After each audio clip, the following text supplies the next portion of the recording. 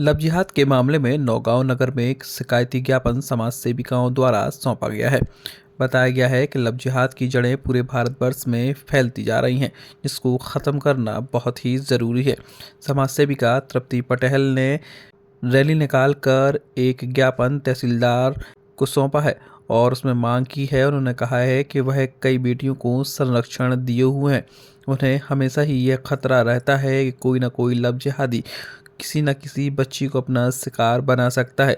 In love जिहादियों के हौसले ख़त्म होने चाहिए और उनके खिलाफ कड़ा कानून बनना चाहिए।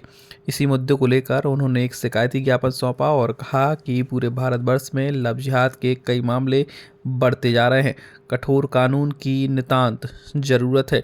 इस मामले में तहसील कार्यालय पहुंचकर नारेबाजी करते हुए कड़े शब्दों में चेतावनी देते हुए कहा है कि कड़ा कानून बनाया जाए और लव जिहादियों के खिलाफ कड़ी से कड़ी कार्रवाई हो।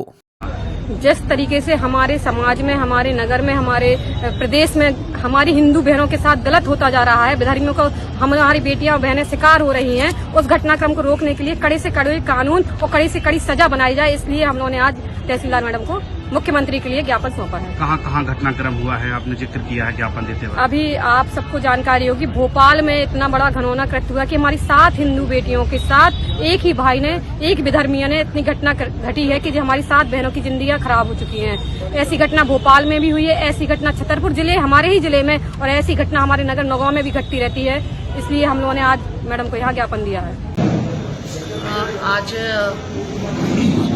सुश्री तृप्ति पटेल जी के द्वारा बच्चियों को लेकर नौगांव नगर की जो बच्चियां हैं, स्टूडेंट्स हैं, उनके साथ में इस आशय का ज्ञापन दिया गया है कि छात्रावास, स्कूल, कॉलेजेस और समस्त जो संस्थान है जहां पर बच्चियां पढ़ती हैं, तो उधर आईडी कार्ड जारी हो अनिवार्यतः, ताकि किसी भी व्यक्ति की पहचान सुनिश्चित हो सके। और इस तरह से लव जिहाद की विगत दिनों जो एक घटना हुई है तथाकथित रूप से, तो उसको उस तरह से उसमें सावधान रहा जा सके और फिर उसकी पुनरावृत्ति न। मध्य प्रदेश के भोपाल हो चाहे दमों की बात करें, सब जगह लव जिहाद के लगातार बातें आ रही हैं, FIR दर्ज हो रही है। तो मैम, नौगांव को कैसे सुरक्षित किया जाएगा इस लव जिहाद से?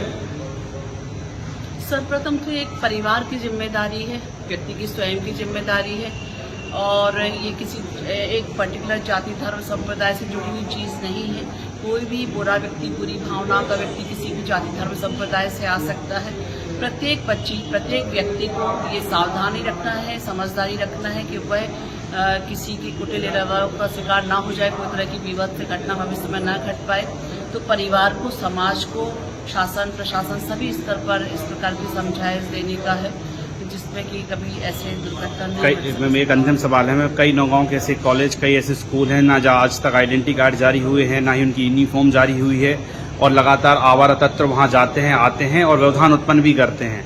तो मैम, इसको कैसे चिन्हित किया जाए और कैसे रोका जाएगा? मैम, इसमें प्रयास किया जाएगा कि पुलिस प्रशासन और समाज के जो बुद्धिजीवी वर्ग है, सभी बैठ करके एक आपस में एक इस प्रकार की एडवाइजरी जारी करें आप, और जो कॉलेजेस के बाहर पुलिस की, प्रशासन की लगातार गश्त होनी चाहिए। कोचिंग के बाहर भी ये कोई इस तरह के असामाजिक तत्वों का वहाँ पर जमावड़ा तो नहीं हो रहा है, वहाँ केवल वही व्यक्ति आए, और इसीलिए आईडी कार्ड जारी होना बहुत आवश्यक है। केवल वही आए जिनका उस स्कूल संस्थान में वो पढ़ रहे हैं या उनका एनरोलमेंट हुआ है।